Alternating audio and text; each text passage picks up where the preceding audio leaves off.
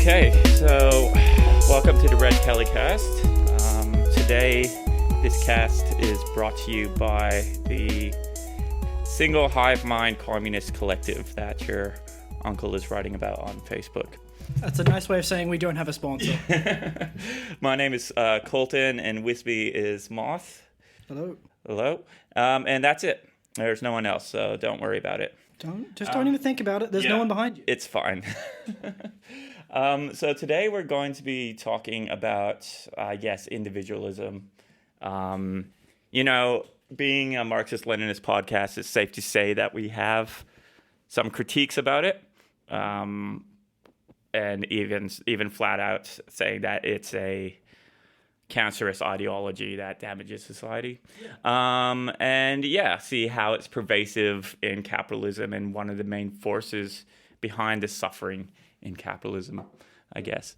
To kind of get us started, though, when we talk about being anti-individualist or being more community or collective focused or whatever, does that mean that the individual and the individual pursuits and the rights of the individual are completely forfeited and nobody gets their own toothbrush? No, of course not. You see, we've got to deal with a lot of lies and a lot of myths being communists living in a capitalist individualist society. In this episode, we're going to be talking about the myth that we are anti-individual. When we claim we are anti-individualist, we're going to be talking about collectivism in society versus society being a collection of individuals, neoliberalism, the media, ideology shopping, lots of other things. Yeah. So I think that point that you raised before about society being a collective and not a collective individuals. You want to talk about Margaret Thatcher? Oh, don't adjust. She had a great idea. She had a great idea where she said, society as a collective, it doesn't exist. So what she did to make herself right was helped to destroy the collective of society. Of course, individualism existed before Thatcher. Mm-hmm. She did her best to destroy society even more. She was great at ruining things. She was a master at it, honestly. But before Thatcher, capital had already destroyed collectivism across a lot of the world anyway. What she did just simply undermines it in Britain more. Yeah, I think that she kind of really put it out there, like kind of mask off, like, hey, like we are a collection of individuals. Society itself is not a real thing, doesn't really exist. And I wouldn't say from that, but that certainly, expedited the whole narrative of the, successful individual, Jeff Bezos and Bill Gates, things like that. And yeah, like we are bombarded either through media or just through explanations of how societies work, that the individual and the pursuit of the individual is what shapes history, is what shapes society, and things like that. And these lies get even easier for them to spread as collectives are destroyed and as they create more individualists, as they atomize society even further and alienate us from our peers and communities even more. Yeah, absolutely. Like it's a self-compounding kind of system where you got these individual myths and then products that support that, i.e. the shape of the internet and social media. I don't want to say the internet itself because, in theory, it could be a very collectivist idea, but what it's turned into has definitely isolated and atomized the person. So, yeah, then they got really no choice but to buy into the myth of the individual because that's the only world that they see around them is them and how they affect it. And yeah, this whole idea of being part of a community or a collective is becoming more and more of a phenomenon. Yeah. We look at the world as it is today and assume that is how it must be, always has been, and will be. So it gets all the more difficult to imagine a better world as we continue to live in a world where we just see one person at a time living their life, no community or anything like it. Absolutely. And, it's obviously being a communist, you're going to run into that all the time. So capitalism and individualism, they go hand in hand. You could almost say that you can't really have a capitalist system without an individualist philosophy at its core.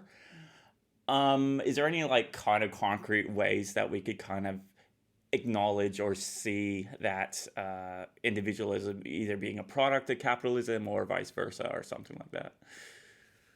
I'd say individualism is definitely a product of capitalism. Yeah. As capital develops, as the system develops, you see the occasional success because, with all these businesses competing, there has to be someone that comes out on top. You see monopolies forming, all these things. And what's pushed at the front of these is the individual visionary, the visionary that put them on top. And so they can build a myth of you can do it too. They can build a myth of social mobility. Back when capitalism developed, they could build the myth of you, the worker, being able to have the wealth to rival the nobility of the time. Mm-hmm. Yeah, I mean, and these are outliers. I've heard somewhere that statistics of being. I heard somewhere that statistically, running a small business, you probably have more of a chance of winning your money back at a casino than actually making a profit in the first year in a small business. But these outliers are used being if you are the special one, then you can be successful as well. And I would kind of say that what I mentioned before, how individualist philosophy is necessary for capitalism to work, is because capitalism relies on these individualist myths to keep it running, to keep it operating. That keeps entrepreneurs and risk takers and things like that buying into this idea that they can create something. And it goes all the way down to the factory floors with anti-union sentiments and things like that as well. Yeah, capitalism thrives and requires competition between workers, between businesses, between everyone at all stages and at all points in society. It requires this competition to keep itself going, because with labor being completely socialized, with everything requiring so many steps and so many people to be created, if without that competition, well, there are a lot more workers than capitalists, aren't there? Yeah, absolutely. And and speaking of competition as well, it's amazing when you're looking at the relationship between government regulations and capitalism to keep capitalism from going too out of control. It wants to monopolize everything. It wants to have everything owned by the Amazon Disney conglomerate with computer chips in your brains kind of thing. It's pushing so hard to go into that direction. And the only thing keeping us from that are government regulations to placate us. But yeah, and this whole idea of competition as well, it's a capitalist contradiction.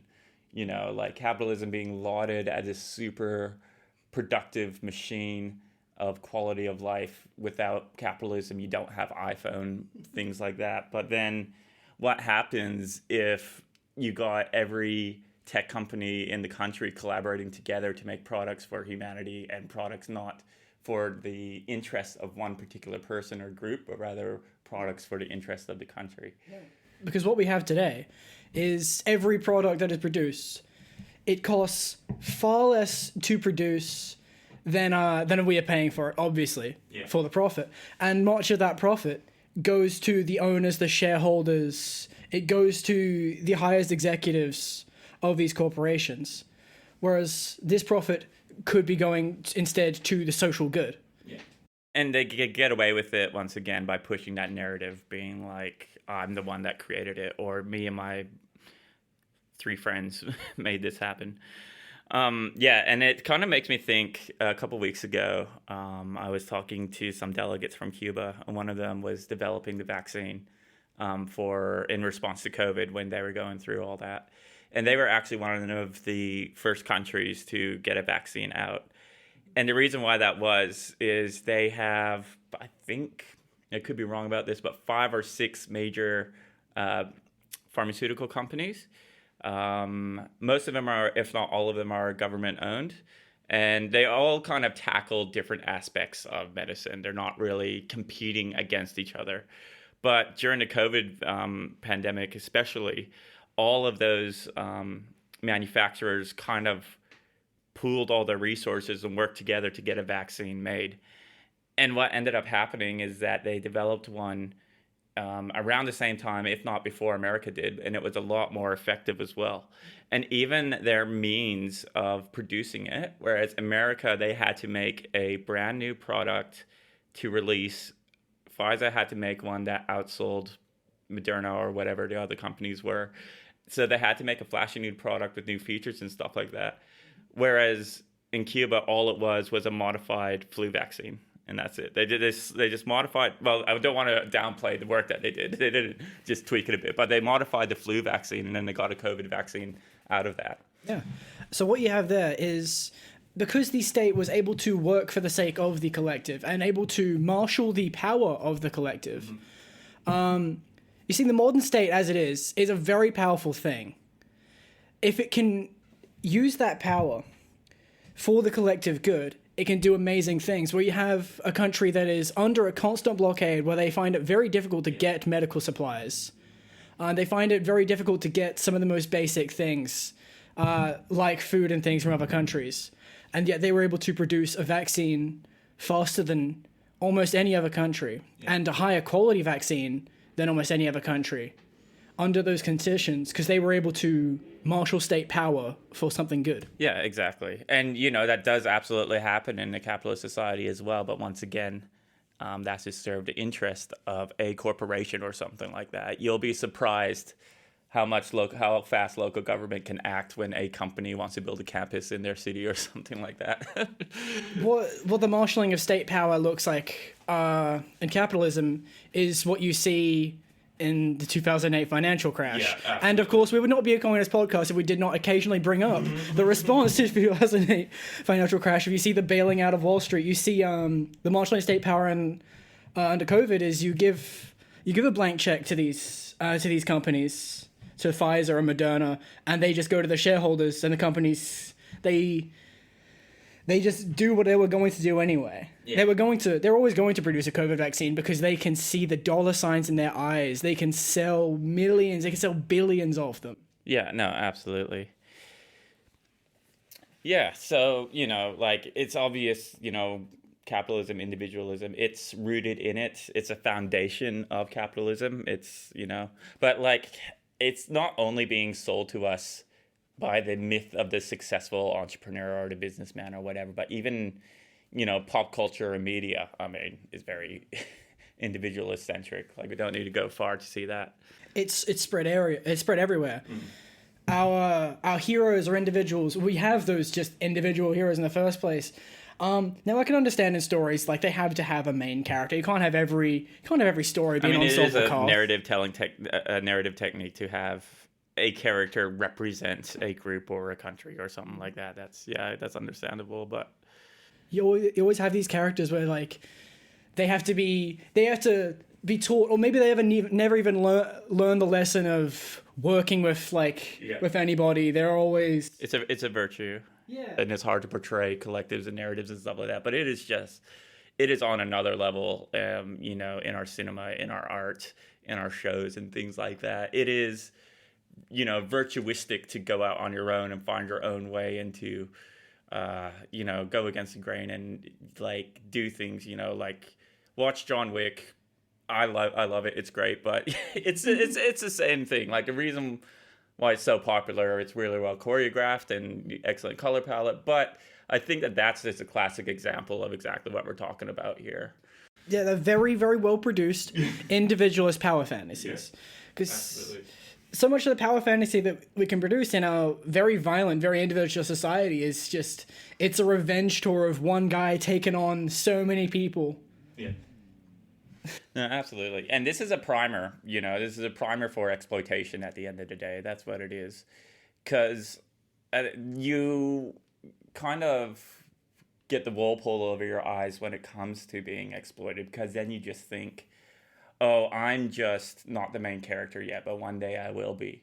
You know, there's that classic quote that, you know, people in America are just the poor in America are just temporarily embarrassed millionaires, and that's exactly what that is that they have this idea that they're the chosen one, they are Harry Potter, they are Neo. One day it will be their turn. They just have to bide their time and, you know, wait for that to happen. It's not so much the fact that it's a systemic issue that they are suffering. And that's exactly it. That's how individualism serves capital, at least one of its ways. Because if you see yourself as a temporarily embarrassed billionaire, you will look at billionaires, see what they say, what they do. Yeah. You will identify yourself with them. You won't look at the billions of people like you and think of how they are similar to you and what can be done to help you and others like you. The billions. Yeah. You will look at the bus full of people that own everything and think you're just like them. So you'll think like them. Yeah, no, absolutely. Well, you'll try to think like them. You know, you look at YouTube and like, it's not, you don't have to click far to get recommended videos like morning routines or 5 successful habits of Elon Musk or something like that. And it's like waking up early and taking cold showers will make you $1 million. Those are so goddamn funny because as much as these people, like, they love this myth of the individual and they all say they're trendsetters, they're rule breakers. They all say the same goddamn thing. Yeah. They all say that same thing. Absolutely. But, okay, I should actually explain my point a bit better. I don't mean you'll think like them as in you'll do everything they do and they say. Like, exactly as they do it and exactly as they say it. I mean, you will take on a bourgeois mindset. You will think like them in that you will see their interests as your own. You will support lowered taxes or removed taxes for people above a certain tax bracket because you see it as affecting you. You'll see it as affecting your life when, of course, it doesn't. You'll be against anything welfare, really. You'll be against anything that helps anyone that is like you or that you perceive as below you. Absolutely, yeah. Yeah, exactly. Like, it just, the doors are wide open for all sorts of racist, classist, you know, every other divisive kind of attitude as soon as you start adopting that. It's a good thing that us on the left don't have this problem and don't buy into it at all. Sure, yeah, we don't, I know no leftists, I know absolutely no leftists that go on Twitter and say, I'm a neo-Hoshaist or something. I mean, even when you consider, like, yeah, I don't know. I don't really want to say it, but, like, the iconoclastism as well of certain leftist leaders and things like that as well and all that kind of stuff. You get people that, God love them, maybe they're trying, maybe they are. Yeah. They believe, they really do believe, I have a new idea here of how to do this. They want to have that idea, and I can respect that. But what they're doing is just, they are looking past, they are burning previous theory, because it definitely doesn't apply to them. Our world is completely different, and yeah, our world is definitely different to, say, the time of Lenin.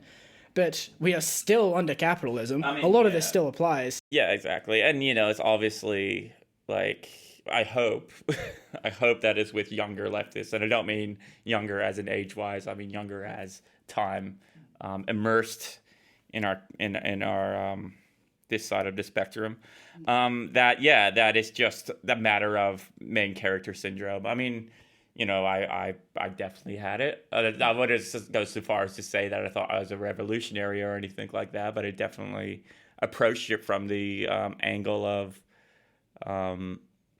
this is a way for me to kind of join a group and for me to be more comfortable kind of thing and whatever. So.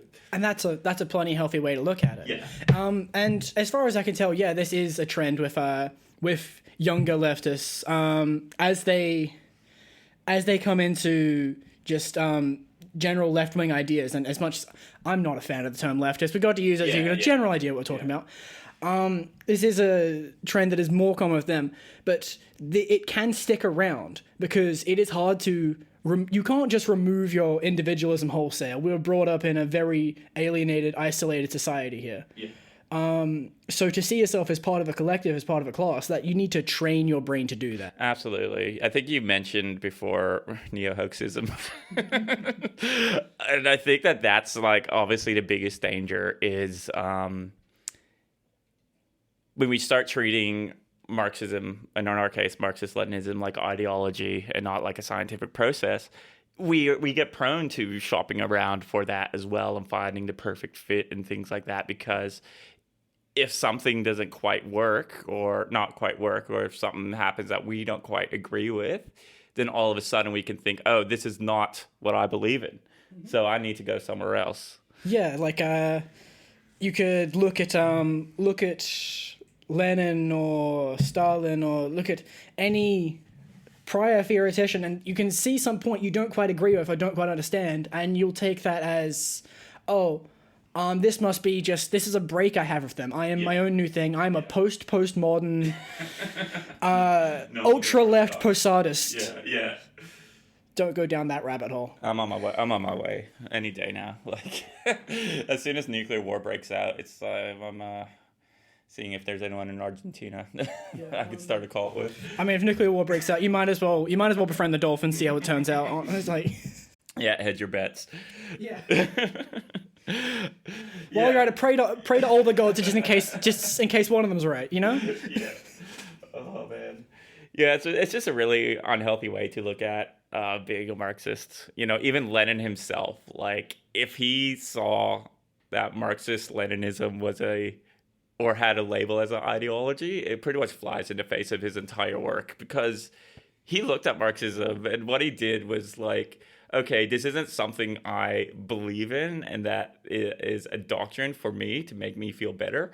This is a series of steps or a process for a revolution. So if I apply it to Russia during the age, this is what it will look like. And that's what Leninism comes from. And we got to treat it the same way. It's a scientific process that we apply to our current environment. And we see how it looks and how it works. It's not like something that shapes us or that is driven by the character and driven by like a person or a figure. It's not some to-do list for revolution for the sake of it. It's a scientific process to change the state of things, to move to the next stages of society. Yeah, absolutely. And, you know, and us as a individual have our part to play, but, you know, it's a collective party action, obviously. Yeah. Yeah, so talking about, you know, individualism and working as a collective in a communist group. We touched on it briefly at the beginning, but yeah, like, are we anti-individual at the end of the day? If you have an idea at a commie meeting, will you be shouted down and being like, you, the individual, do not have any say here. We must all talk with at least in unison. Yeah, I can speak from personal experience. Being the beginner and seeing several beginning people like at their first few meetings speaking up. No, you won't be shouted down. We're all adults here. Yeah. Sometimes I wish it was a hive mind for the sake of time and that the meetings wouldn't go so long, but consider the ends. How happy could we be? Yeah. But yeah, no, we are not anti-individual because we are against the individualist state of things. Yeah. Because we're against individualist society. What we have here in our society is we have countries, when we live in a country that claims to be democratic, it claims to love and respect the individual.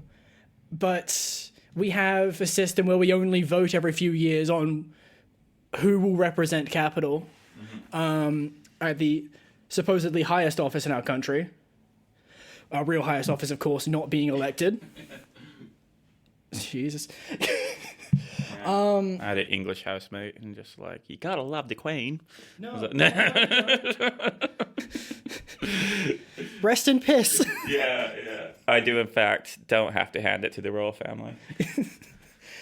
But we are not anti-individual. In fact, what we want to build is a society that will respect the individual more in some ways. It will be more democratic because it will take democratic processes into your workplace and more into your hands for building policies that help people. Yeah. That's getting a bit more into socialist government, which is its own topic and very worth talking about. Yeah, no, absolutely. I mean, you know, you think about yourself separated from society I mean, don't, but if you do, like, how cool would that look if you didn't have to work 12 hours a day? How cool would that look if you had free time to pursue your own hobbies and passions?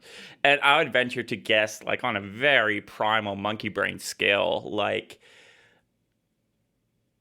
there are barriers to forming community in the society that we're in now. And that with a social society, with the freedom of time, with the freedom to do other things, that communities will start to form, stronger communities will start to form as well. Yeah, from a practical sense, it is very hard for people to find the time and energy to know their neighbors, to build community. But really, a lot of it is ideological. People need to be convinced that they need a community, that they need people around them they can rely on, because they see themselves as the main character, and they believe they must have the answer. They must know what to do. They must be able to do things right to be able to function, because we've built a society where that's true. Well, it's perceived as true.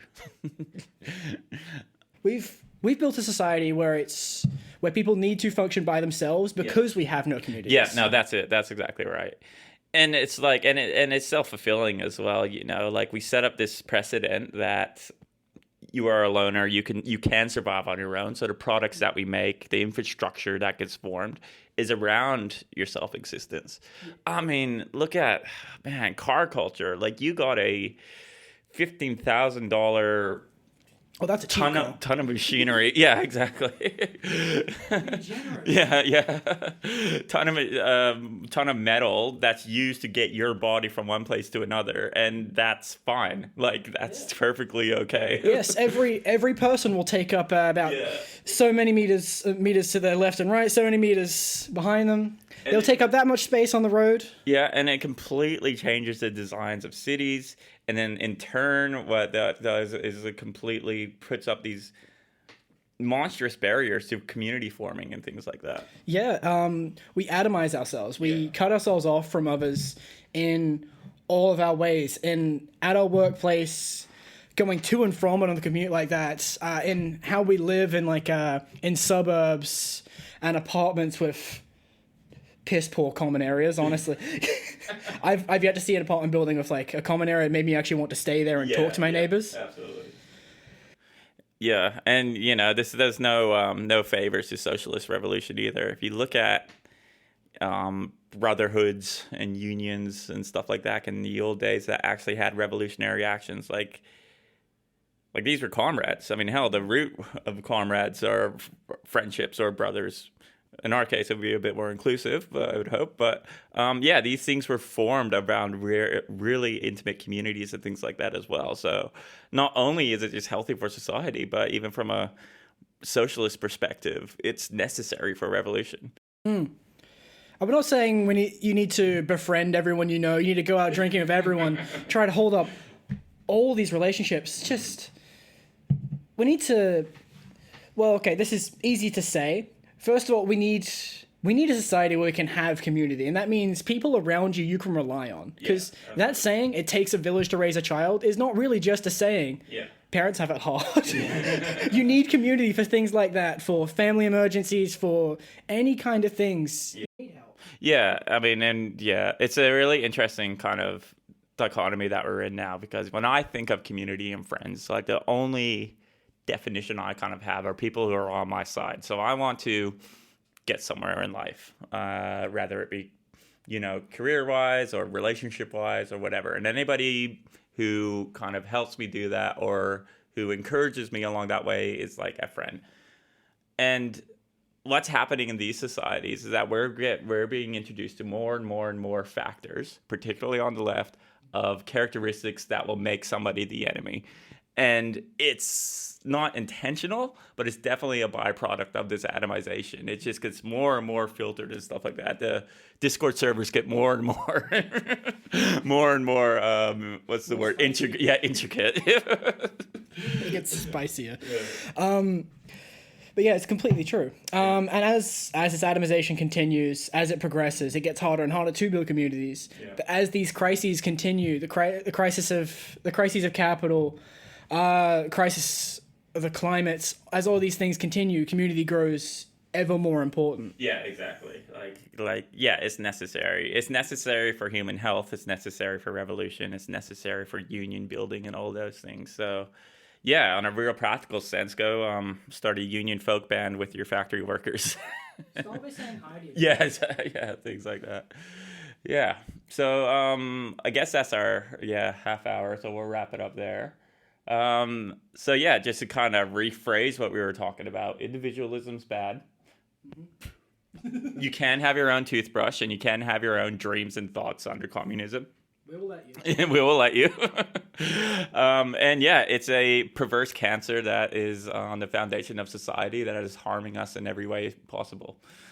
Couldn't have said it better myself. So we'll leave it at that note. So hopefully we'll have more recordings up a lot more regularly. It's been very kind of flux like to pull from Hegel in the Communist Party. So we haven't been able to do much work, but we'll definitely be posting more soon. Yeah, there's also like personal things like we referred to it at the top of the show. You can cut this if you want. Yeah. But we have lost our third host. I've moved house myself. Yeah. It's been a rough one, but we're getting it under control. Yeah. So we're back, baby. we're back.